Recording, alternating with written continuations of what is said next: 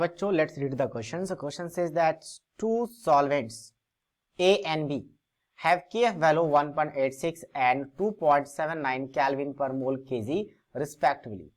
A given amounts of substance when the dissolve in 500 gram of A completely dimerized, and when the same amount of substance is dissolved in 500 gram of B, the solute undergo trimerization. The ratio of absorbed, lowering और freezing point in two cases is.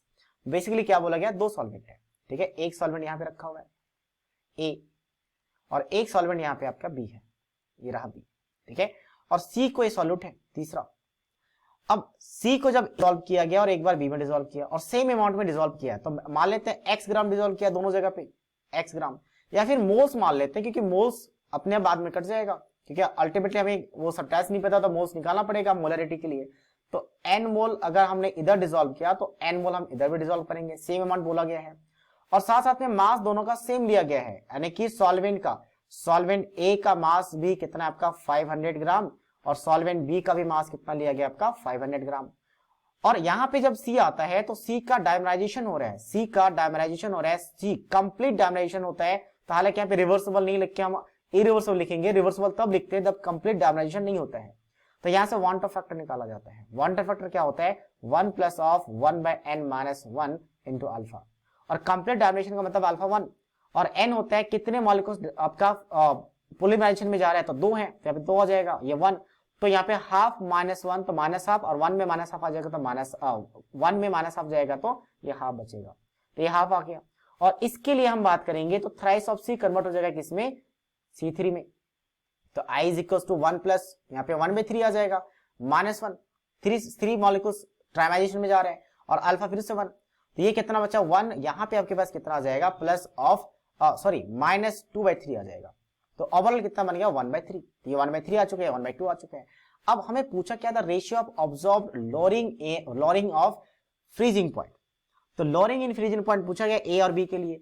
तो delta TF क्या होता है कि जब आपका एक ही solvent की बात करें, इसका कुछ फ्रीजिंग पॉइंट रहा होगा, जैसे ही आप C को डिसॉल्व करेंगे फ्रीजिंग पॉइंट लोअर हो जाता है, उसे कहते हैं लोअरिंग ऑन फ्रीजिंग पॉइंट। तो उसी का रेशियो पूछा है A और B के लिए।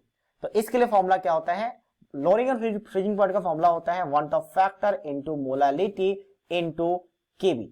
तो A के लिए KF आएगा, और नीचे फिर से वही, ठीक है, IA इंटू मोलालिटी यहाँ पे B का आएगा, यहाँ पे A का आएगा, इनटू क्या आ जाएगा आपके पास KF ऑफ B। तो वन ऑफ फैक्टर A के लिए कितना निकाला हम लोगों ने, 1/2 निकाला। मोलालिटी सेम आएगा, मोलालिटी क्या होता है, number of moles of solid जिसको n माना है, और मास कितना आपका 500 है, तो माइस 500 कर देंगे, ठीक है। अच्छा, इसको थोड़ा सा स्मॉल कर लेते हैं, ये रहा। और साथ साथ में KF वैल्यू गिवन है, तो KF कितना गिवन है, फर्स्ट वाले के लिए 1.86, डिवाइड कर लेते हैं इसको। इसके लिए I के लिए कितना 1/3 है, मल्टीप्लाई नंबर ऑफ मोल्स इसका भी n है, सेम अमाउंट था, और मास कितना 500। अब देखो मास ग्राम में रख के केजी में रखा जाता है, तो दोनों को ग्राम में रखेंगे, रेशियो तो कैंसिल आउट हो जाएगा, केजी में कन्वर्ट करने की जरूरत नहीं है। और KFB की बात करें कितना आपके पास, ये वैल्यू है 2.79। अब हमें ये वैल्यू निकालना है, कैलकुलेट करना है, तो ये वैल्यू कैंसिल आउट हो जाएगा, ये 3 ऊपर चल जाएगा, तो 3/2 हो गया, मल्टीप्लाई 1.86 डिवाइडेड बाय 2.79। क्या ये अप्रोक्स डबल हो सकता है वैल्यू? तो अगर इन दोनों का मल्टीप्लाई करें और इसके साथ इसका मल्टीप्लाई करें, एग्जैक्ट सेम वैल्यू आ जाता है, और दोनों कैंसिल आउट हो जाता है, तो यहाँ पे वैल्यू आ जाता है 1:1।